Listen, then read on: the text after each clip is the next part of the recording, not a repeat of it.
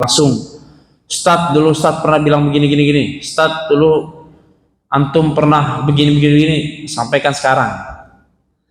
Ya, maka dari itu biar saya tidak pergi meninggalkan kezaliman di sini. Jadi kita tidak ingin meninggalkan jemaah sekalian dalam keadaan ada yang tidak disenangi begitu. Ya, kemudian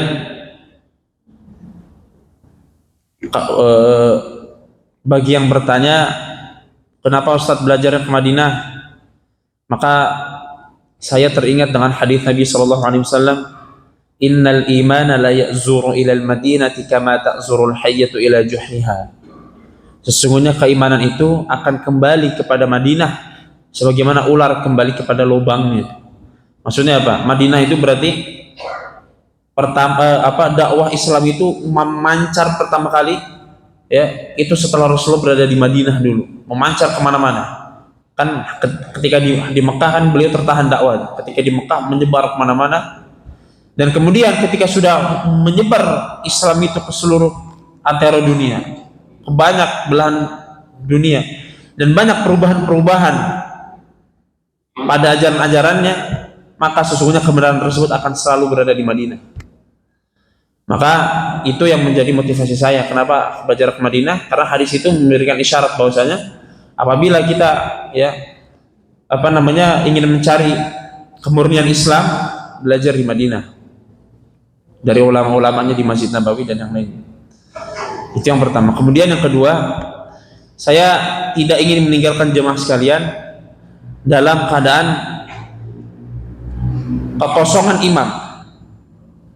Karena sebagaimana dulu saya tidak boleh menjadi imam oleh guru saya kecuali sudah selesai dapat sanad Al-Quran, hafal 30 juz mungkin baru boleh jadi imam.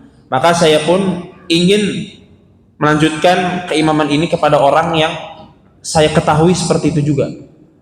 Jadi yang pertama akidahnya benar, yang kedua hafal 30 juz. Mungkin itu dobit alias dia hafal di luar kepala, ditanya bisa jawab, bukan cuma pernah hafal. Kan ada tuh hafiz Quran pasti tanya gimana nih?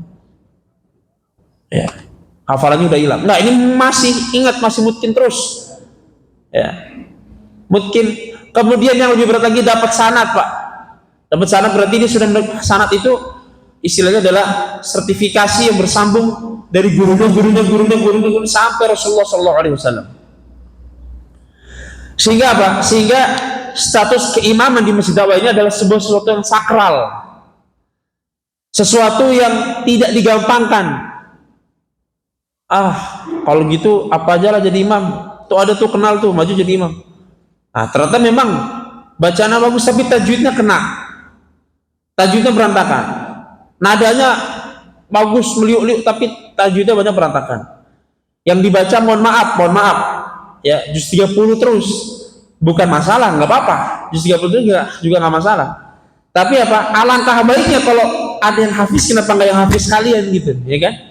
Dan ini menjadi sebuah momok nanti, masya Allah, Masjid Dakwah ya itu imamnya seorang hafid, sehingga orang kalau misalnya mau sholat enak ke Masjid Dakwah gitu, nggak apa-apa dia panjang-panjang, yang penting enak. Itu kalau misalnya imamnya dia dapat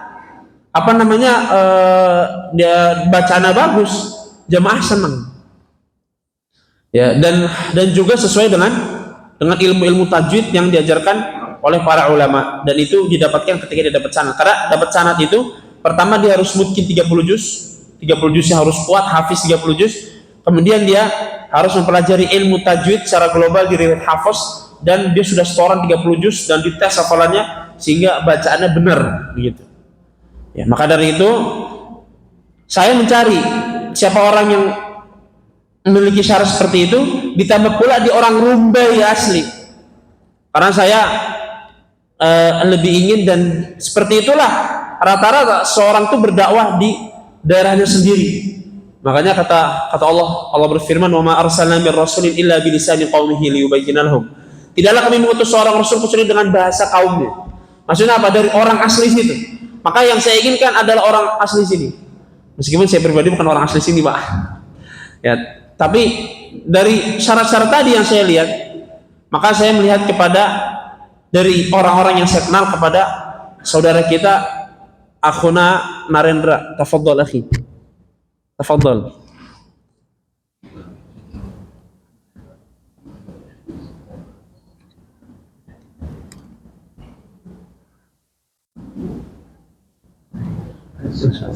Assalamualaikum. Jadi beliau hafal 30 juz mungkin, sudah store dengan Syekh, sudah dapat sanad, bahkan beliau sudah dapat sanad Jami'ul Khairat. Ya, sanad Jami'ul Khairat itu adalah sanad mengenai ilmu-ilmu tahfiz dan ilmu tajwid Al-Quran, dan juga sanad Jazariyah dari Al-Imam Ibnul Jazari. Ya, jadi itu adalah sanad ilmu tajwid, ada sekitar 100 bait ditambah berapa menjadi 300 bait dihafalkan di luar kepala, dan itu adalah matan atau matan syair ilmu tajwid yang dituliskan oleh beberapa para ulama. Dan beliau dapat sanadnya, alias apa, dapat silsilahnya sampai ke para ulama tersebut. Al-Qur'annya sampai kepada Rasulullah Shallallahu Alaihi Wasallam 30 juz mungkin. Kalau mau bawa nanti tes saja. Ya, nah itu. Jadi itu yang saya lihat, meskipun masih muda Pak, karena mungkin sebagian kita lihat itu masih muda, bisa enggak? Yang muda tapi berkualitas, ya itu baik, daripada yang mohon maaf sudah berumur tapi ya begitu-gitu aja. Bukan kita merendahkan, bukan, tapi alangkah baiknya apabila kita mencari yang lebih baik, sebagaimana kata Rasulullah SAW.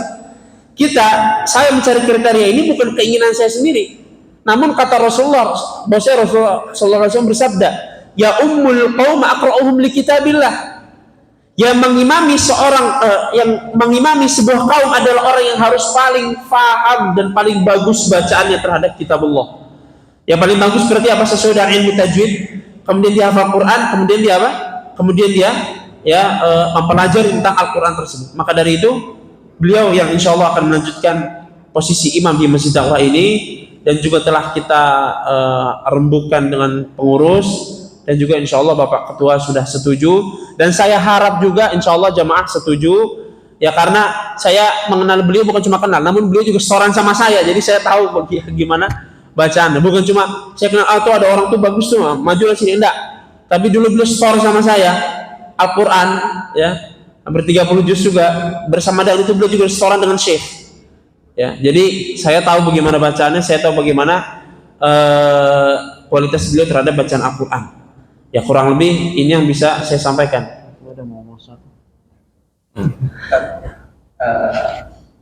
Syurutul rabi'ah wa huwa yastati'ul lughatal arabiyyah. Oh iya. Asy-syartul rabi' yastati'ul lughatal arabiyyah, kata Imam. Kata Pak Ketua. Syarat keempat, beliau bisa bahasa Arab. Jadi bukan cuma hafiz Quran, tapi beliau juga bisa bahasa Arab, dan bisa bahasa Arab bukan cuma belajar biasa, namun dia ngomong bahasa Arab lancar kayak orang Arab, baca kitab lancar kayak orang Arab, ya ngajar pun lancar kayak orang Arab.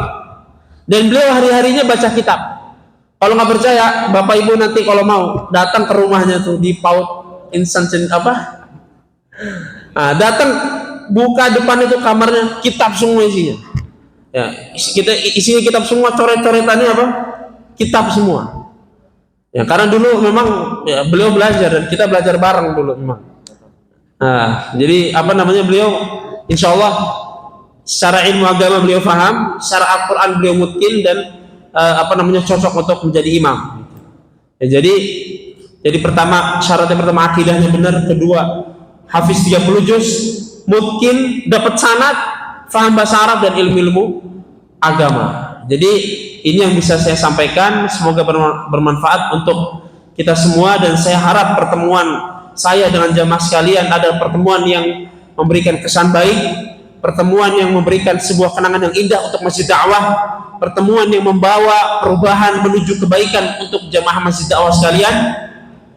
Dan saya mohon maaf apabila ada salah kata, salah ucap, salah sikap, ataupun salah berakhlak kepada para jamaah sekalian, semoga dimaafkan. Dan apabila ada yang kurang berkenan, bisa langsung temui saya setelah ini, ataupun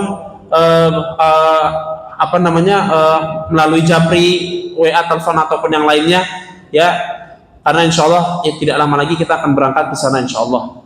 Ini yang bisa saya sampaikan, semoga bermanfaat untuk saya dan jamaah sekalian dan kita semua. Jazakumullahu khairan, barakallahu fikum. Wabillahi taufiq wal hidayah wal ridha wal inayah. Assalamualaikum warahmatullahi wabarakatuh. Alhamdulillah, terima kasih kepada Ustaz telah menyampaikan kajian, dan mungkin sebagai lanjutan dari kata perpisahan, mungkin mari sama-sama kita saling memaafkan, mungkin bisa bersalaman-salaman dengan Ustaz. Jadi mungkin setelah itu nanti kita lanjutkan dengan sholat dan baru kita lanjutkan dengan sama. Demikian saja, mudah-mudahan ilmu yang kita dapatkan dan segala keberkahan pagi ini mudah-mudahan diberikan oleh Allah Subhanahu wa taala. Dan tutup dengan bacaan alhamdulillahirabbil alamin. Wabillahi taufiq wal hidayah. Assalamualaikum warahmatullahi wabarakatuh.